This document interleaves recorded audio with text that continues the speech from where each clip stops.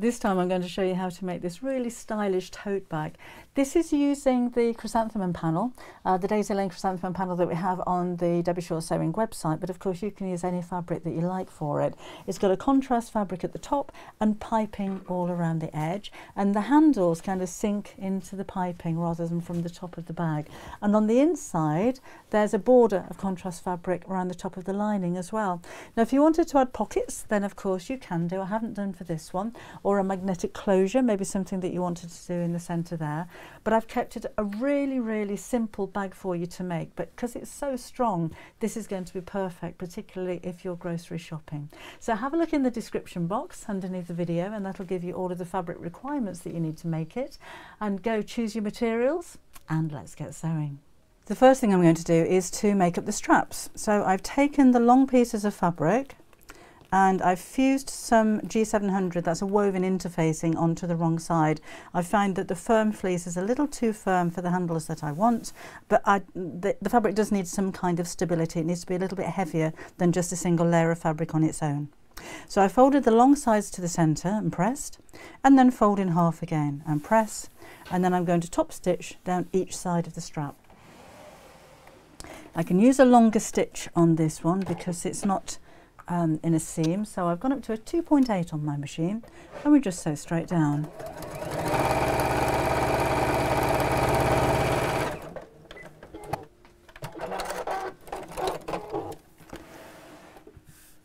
And then we'll repeat with the second strap and just put those to one side for a moment. Then we'll take the front of the bag and I'm going to sew the piping across the top. So this is going to go face down with the raw edges together. I'll trim this down later. Do be careful when you're sewing this that you don't stretch it. A lot of piping cord is actually cut on the bias, so it will stretch a little bit, and if your piping cord stretches, it's going to gather the fabric, and we don't want that to happen. You will find it useful to put a zipper foot on your sewing machine when you do this. And if you wanted to pin the piping in place first, then do feel free. I'm not going to for this one. I'm just going to line the edge of the piping up with the edge of my fabric, and let's pop the foot down. And if you need to move your needle across, this one's fine, then do so. So what we want to do is to sew just along the same stitch line that's already sewn on the piping. So I'm just running the edge of the foot up against the edge of the actual piping cord. Again, don't pull this. And then I will turn it over and just double check that I've got a nice neat cord on the outside. Because at this point you can always go back and re-sew if you need to.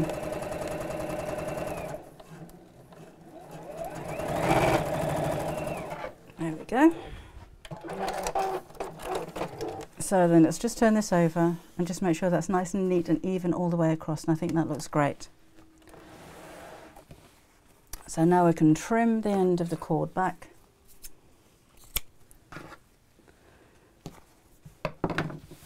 And the next thing to do is to put on the straps.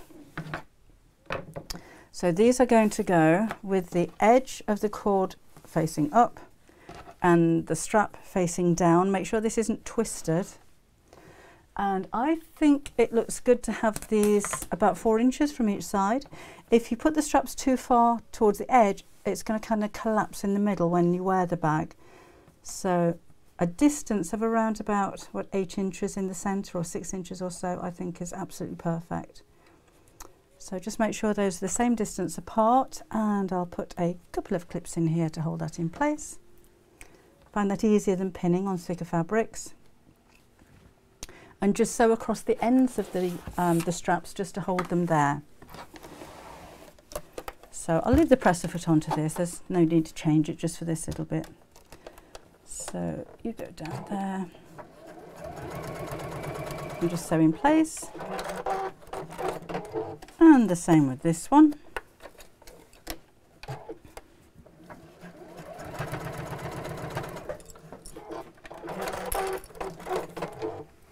And then we'll take the contrast strip of fabric, which is going to go across the top, If you have a directional fabric, then make sure it's the right way around. So that's going to go across the top of there.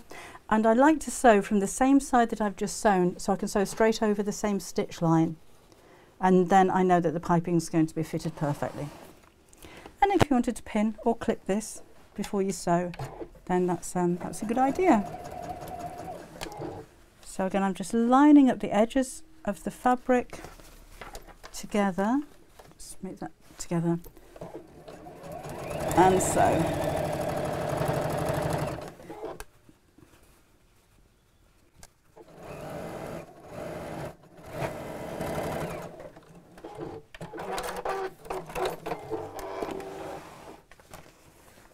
So that's how we're looking. Now I am going to put a row of top stitches across here, but I'm going to wait until I put the fusible fleece on the back of it, or the firm fleece on the back of this. Sorry, I'm not using fusible on this one. So we'll do that in a second. The next thing we need to do before we do this is to make up the back of the bag in exactly the same way. So that's the front of my bag, and that's the back. Now I'm using a firm fleece for this one. And the firm fleece, we have it on the website. It's quite soft for a firm fleece, but it will give the bag a little bit of rigidity. This isn't fusible though, so I'm going to make it fusible by adding a little bit of basting spray. This is an Odif 505 spray. So use it in a well ventilated room and keep it away from your sewing machine. And I'm just spraying on the fabric. Spray around about 8 to 12 inches away from the fabric, because otherwise it can go a little bit gloopy, and we don't want that. And that's going to go face down on there like so. Just spread this out so it's flat. Now if you wanted to quilt the bag, then I do it at this point. And maybe just quilt up to the line here. So I'm going to do a row of top stitching across here, which I think will look really, really stylish. But if you wanted to do any kind of other quilting, maybe a little bit of free motion embroidery, or go around the edge of the flowers, or whatever fabric you're using, then that would be an idea to do it right now. Let's just trim away the excess fabric. This may need trimming slightly when we've finished, just to make sure that it's the same size as the back of the bag. But we'll measure those together when we've sewn this part, and just make sure they're the same size this side, and then we'll do the same with the back piece.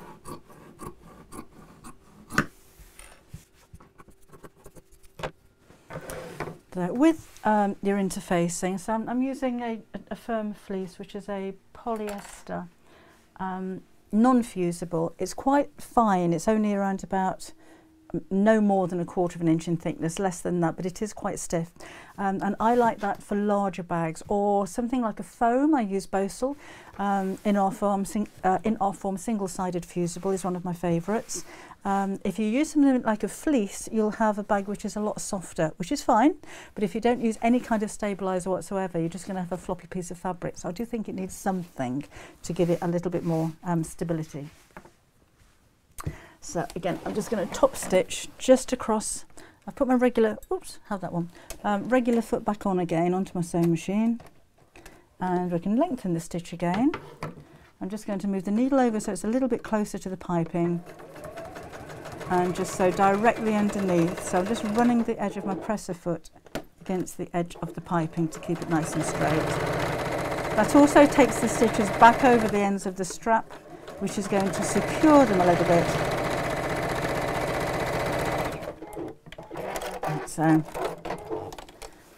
So I think that's a nice finishing touch. But again, if you wanted to carry on and quilt all the way across there, then that would look rather nice too.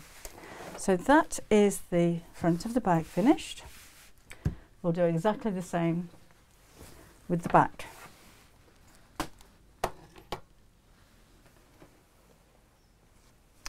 So that's the front and the bag, the front and the back of the bag almost finished. For the lining panels have been cut to the same size as the bottom part of the bag, and I'll need to sew the contrast fabric to the top of those right sides together in the same way, obviously without the piping in between. at this point, offer up the lining pieces to the outer pieces and just make sure that they're the same size. So you may need to trim the lining pieces down slightly just to make sure that they're exactly the same size as the outer pieces. And then we're going to put these two pieces together and cut a 2-inch square from the bottom corner of each one of the 4 pieces we've just sewn. So let me take my rather large ruler and just draw a 2-inch box in the bottom corner. This is going to make the bag base square. And I'll do 2 layers together with the lining and then do the outer pieces individually.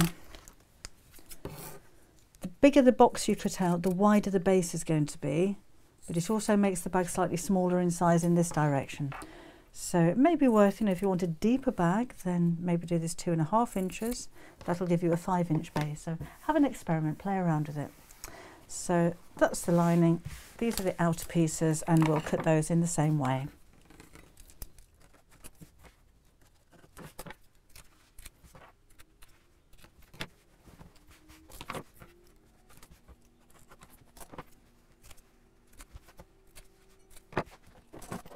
So those are my 4 pieces. If you wanted to fit a magnetic fastening at this point, would be the right time to do it. Do that halfway across both of the lining pieces so that they both match up. I'm not going to use one on this project. So let's take one lining piece and my front fabric and place these right sides together. And I'm just going to sew across the top here.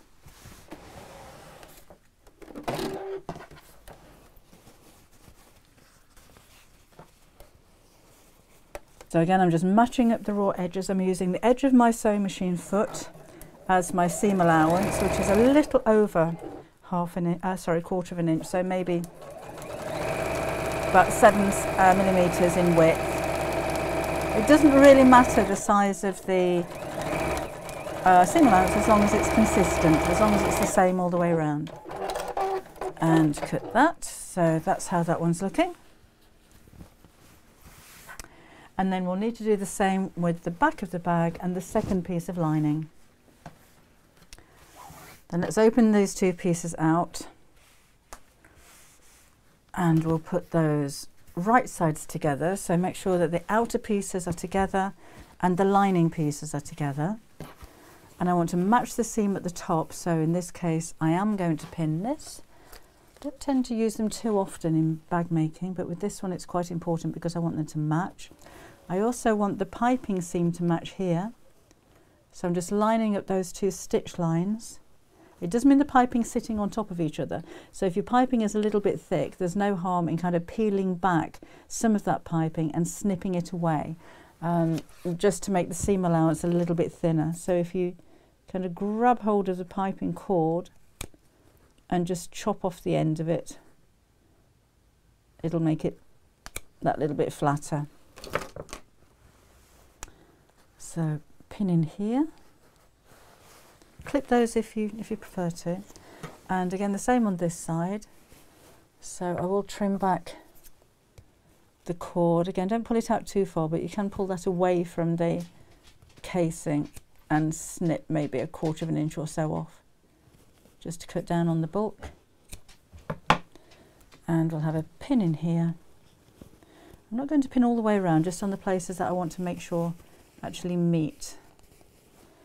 And another one at the top here. Okay, and then I'll need to sew around the whole of the outside of the bag, not on the cutout corners, and around the whole of the lining, but this time I'm going to leave a turning up in one side, about the size of your hand, so you can get that through to turn it out. And again, don't sew those cutout corners.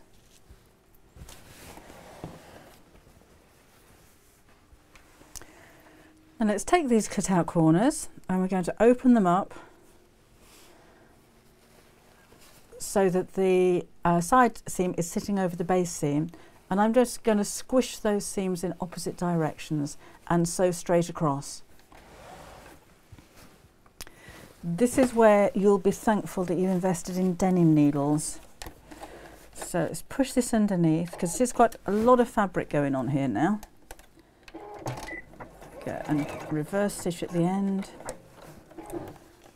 And again, just make sure I'm sewing straight with the seams. The seams in opposite directions just means that it's cutting down on the bulk on the seam, so you haven't got too big a lump of fabric to sew over. So just make sure I've caught that on both sides, and then we're going to do exactly the same on all the other corners, so for the lining and the outside of the bag. So again, pull those apart. Where the seam is across the bottom here, push it in the same direction as it was on the first corner that you sewed, and then do the same in the lining.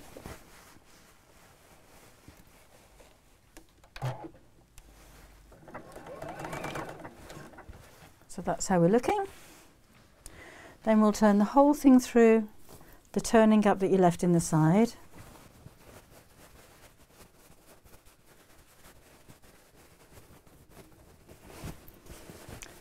So push out those corners in the outer bag. This will all need a jolly good press shortly. Push out these corners. And then where the gap is in the side of the lining, we'll machine sew that closed. So pull the two edges of the gap away from each other and sew across the top.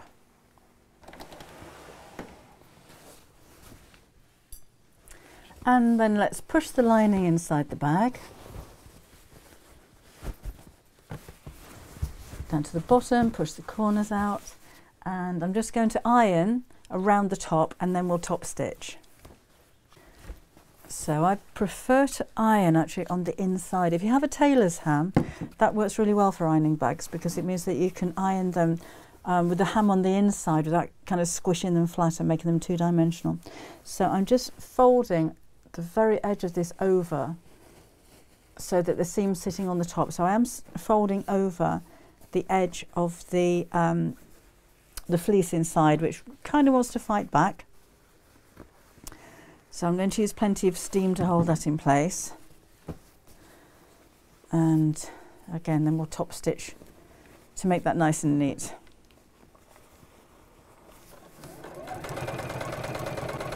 So I'm just sewing around from the inside of the bag. If you've got a free arm on your sewing machine, then take that off and slip the bag over the end of the machine. I've lengthened the stitch again on this, and just take it slowly over the seams because there is quite a lot of bulk there. So I'm just going to keep folding and folding, just making sure that the seam is right on the edge. I'm sorry you can't see exactly what I'm doing there. Let's try turning that around. So the seam's right on the edge. And so. And the top stitching, I think, not only looks nice, it helps to hold the lining in place as well. So don't be concerned about what's going on with this lot. There's a lot of bulk of fabric there. Just keep it flat as you're sewing around the top.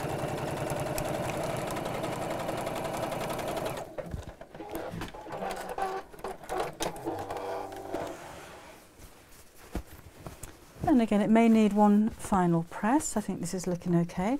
If you want to press to make the base squarer, then just push the seam in at the bottom and press straight across here, and that gives you a nice shape to the bag base. But I think that is my bag finished. So I think you'll agree we've got a very stylish bag, but it's also really strong and robust. So if you are doing grocery shopping, then this is going to be the perfect bag for you.